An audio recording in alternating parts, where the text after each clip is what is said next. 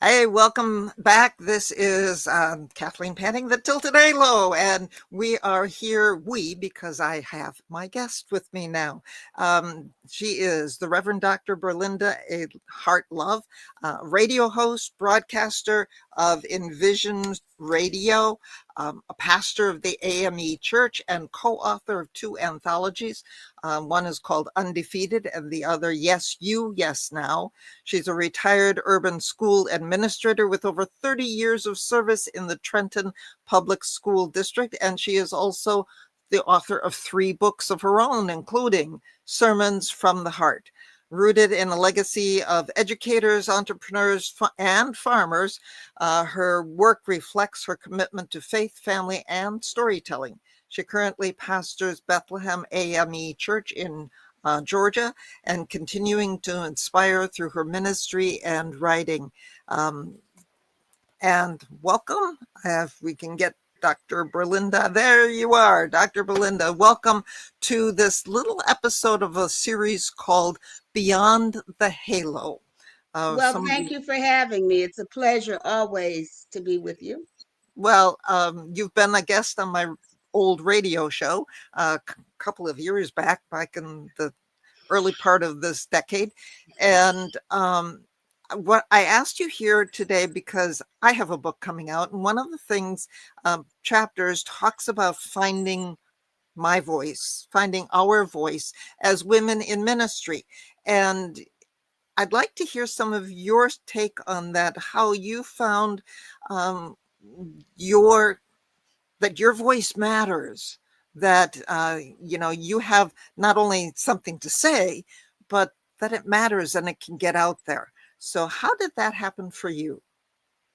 Well, it was a struggle at first. I considered myself as a woman who was paving the way in ministry for other women when I first started, and Mm-hmm. that's been some years ago. But I continued to go on my path and did not turn around, regardless of what happened or what was said to me or whatever, because I was following the path that God had laid out for me. I didn't really know what my voice was going to be at the time or whether I would have a voice, but I Yeah. just continued in my work, and it just unfolded. Over the years, doors began to open up for me, and privileges, opportunities, and I decided that at that point that God knew that I had a voice and He was going to let me use it, not always in the pulpit, but in other areas of ministry. And there are so many areas that we can use our voice in. Yeah, because you've used your voice not only in, like you say, in the pulpit, but also on radio and written.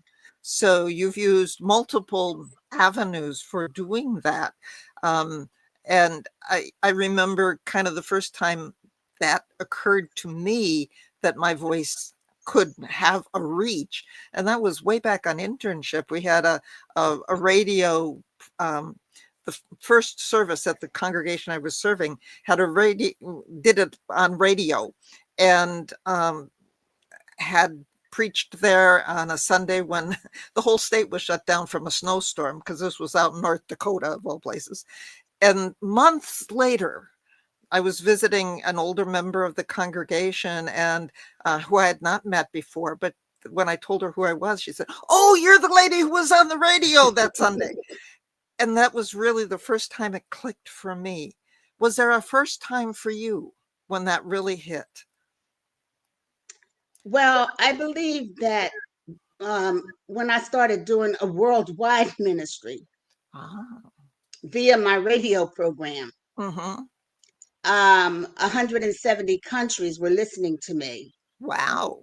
And it's like I'm doing the show, but I can't see the people, but Mhm. I know that they're listening and to me because of my podcast, and the fact that my viewers are increasing every single week. And Mhm. so when I got on the radio program, Love Conquers All with Dr. Berlinda Love on envisionbroadcasting.com, and it was truly a gift for me to be on that show. God just kind of sends things my way that I don't ask for. And I knew then that I would be reaching people all around the world, and that's what I've always wanted to do. So in the pulpit, I'm reaching a small congregation right there, and now I have two different churches.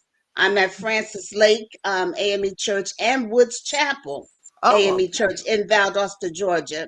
So the mm-hmm. AME Church has a way of moving us around, and so that's where I am now. Okay. But I love doing the worldwide ministry because I'm reaching so many souls, so many people out there that just need to hear a word of encouragement. And also, there's something new that I'm doing now that perhaps we haven't talked about. I was offered an opportunity on the Now Network on demand. And so Mhm. now I'm on their TV network on the on demand, and it's called A Living Testimony. Oh, wow. Fantastic. Hmm. Fantastic. So you're using basically all of the media avenues right now for doing that. And, Yes. the AME Church has had women as pastors for quite a long time now. Am I correct in that? Oh, yes, definitely. We've had women bishops as well. Okay. And how about when did that start as having women in ministry in the AME? Do you know? I don't know the exact date, but I know that it's been for many, many years. We've Okay. even right here in my town, there are at least five or six women Oh, wow. pastoring churches in big churches as well as smaller churches. Hmm. Hmm. So the door has been opened. That doesn't mean that there has not been a struggle, Yeah. because we are women and the struggle goes on, it continues, but we are there and we do make a difference. Our voice is heard. Right, right. And I think that's so important. I served a congregation with my husband for a number of years, and for people to hear both kinds of voices. And Yes. so, when you're serving solo, and I've done that too, but to be able to hear God's word from the multiple perspectives of men and women, and they're both very valid and they're both very important to share. Mhm. To have that voice for not that we as women speak only to women and women's issues or anything like that, but it's a slightly different perspective because we have different experiences in life and different backgrounds. I So, agree. yeah. I agree wholeheartedly because it's still no difference. It is better to have a wife husband team. I've found when you're doing the ministry, people are more open and more receptive to hear what you have to say and Mhm. to support your ministry. So for the ones of us who are single ministers, it is a struggle, but we do have a voice still, and we do have support from our congregations, but the struggle goes on. Yeah, I served the first, oh, let's see, 13 or so years of my ministry. I was single. And yeah, the struggle goes on because those opportunities to move can be fewer and further between for women. Yes, And to move to what's considered the larger or more prestigious congregations isn't that's right. always there. To move up to being a senior pastor is a little more unusual for women, at least in the Lutheran Church, but it's happening, and female bishops and things like that as well. So these are some of the struggles I talk about in the book as well. And but it's just so good to be able to know that my experiences, I know, are the experiences of many, many women in Yes, ministry. And finding that voice, knowing that, we know inside that, we're the different wrappings for God's package. And yes, the message is the same, but it's wrapped a little differently. yes, That's an image I've used a number of times, and it sounds a little different because our yes, voices are pitched usually a little different. But it's still the message about God's love and God's grace for people. And yes, I think It's fun, but yes, it is challenging. So what are very much. some of the other challenges you have faced in getting your voice to be able to be heard? Well, I think being single is one of the main ones, as I told you, especially when you're in the deep South, you're in the Bible Belt, and the majority of church members are married. Yeah. And so it does make a difference. And so there's been this really hard push to marry me off to people. And I'm just running and running, Mhm. running. But it's really hard push just because everybody is married. And so it's a good thing to do. I mean, it's biblical. I support the idea altogether. It's Mm. just Yeah. um, finding the right mate, and especially being in ministry. But as I said before, there are so many options in ministry for me to do. Yes. And pulpit ministry is only one, but Hmm. I love being able to reach people all over the world, different cultures, different religions.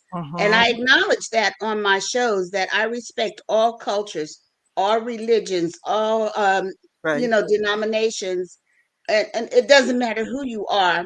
If you can understand my show, know that it's for everybody and not just for people who speak English or and no other language. So Right. that's really important to me, that I'm able to write. I love to write. And I'm doing more like magazine articles right Ah, now. okay. I'm dealing with a personal health struggle as well right now. And, God is moving along that line to help me to overcome. And so that's something that I didn't expect. But as you get older, we can expect to get something wrong. And so Oh, things are starting to brighten up on that end. And so I'm just following my doctor's orders and still marching right along yeah. in my But, ministry. even in the midst of those kinds of health struggles, sharing that can be, tastefully and everything, as much as you're comfortable with it, because other people are going through the same thing. Yes, And that's also a very important way where we have a different kind of voice to say how we deal with those aspects of life, the personal ones, yes, and to share those kinds of struggles, sharing the struggle of being single, sharing the struggle of health issues, sharing the struggles of being married. Which, it's not always smooth sailing either.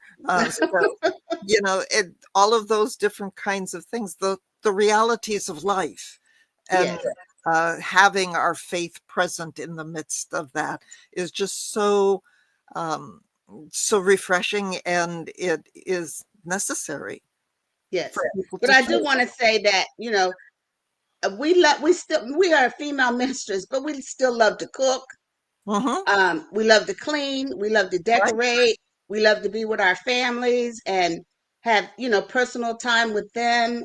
And we still want to do all of the things that women do outside of the pulpit. That we haven't changed because we're preaching the word of God.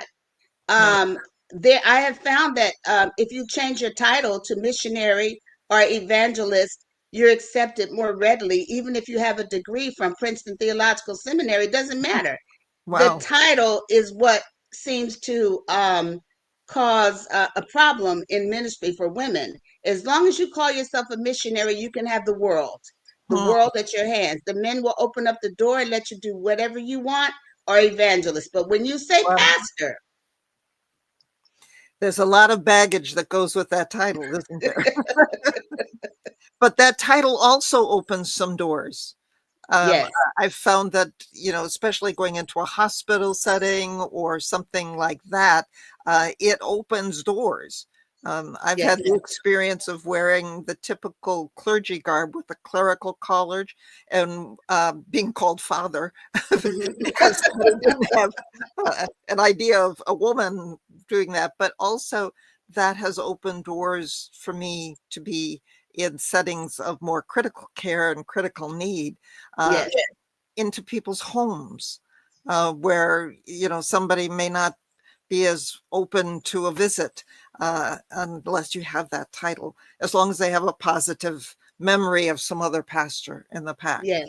Yes. So, so it can work both ways. And yes, there's Yes. baggage and ask a lot of expectations that come with that title and how we use our voice in Yes. the I think as long as people see that you're sincere, that you care about them, and that you know what you're doing and what you're talking about, they can trust your word from the pulpit and all of that. It sort of softens it a little bit, quite right. a bit, actually. It softens it. And they will eventually accept you as their pastor while still nudging you to get married all along. That Yeah, is the thing. yeah, that That's acceptance. the magic key that opens the door for you down here in the South. Yeah, well, it works that way up north too, believe me, because Okay. that's where I started my ministry. But yeah, it's all um, a lot of different aspects to being a woman in ministry, and some of those expectations that go with that.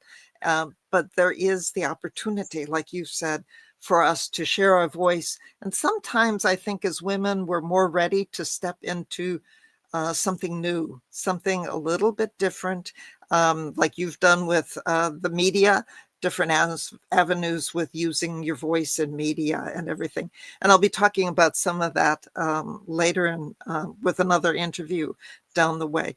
But thank you, Dr. Berlinda Love. I really appreciate your taking the time to be here with me to talk a little bit about finding your voice. And that's one of the things I talk about in my book as well.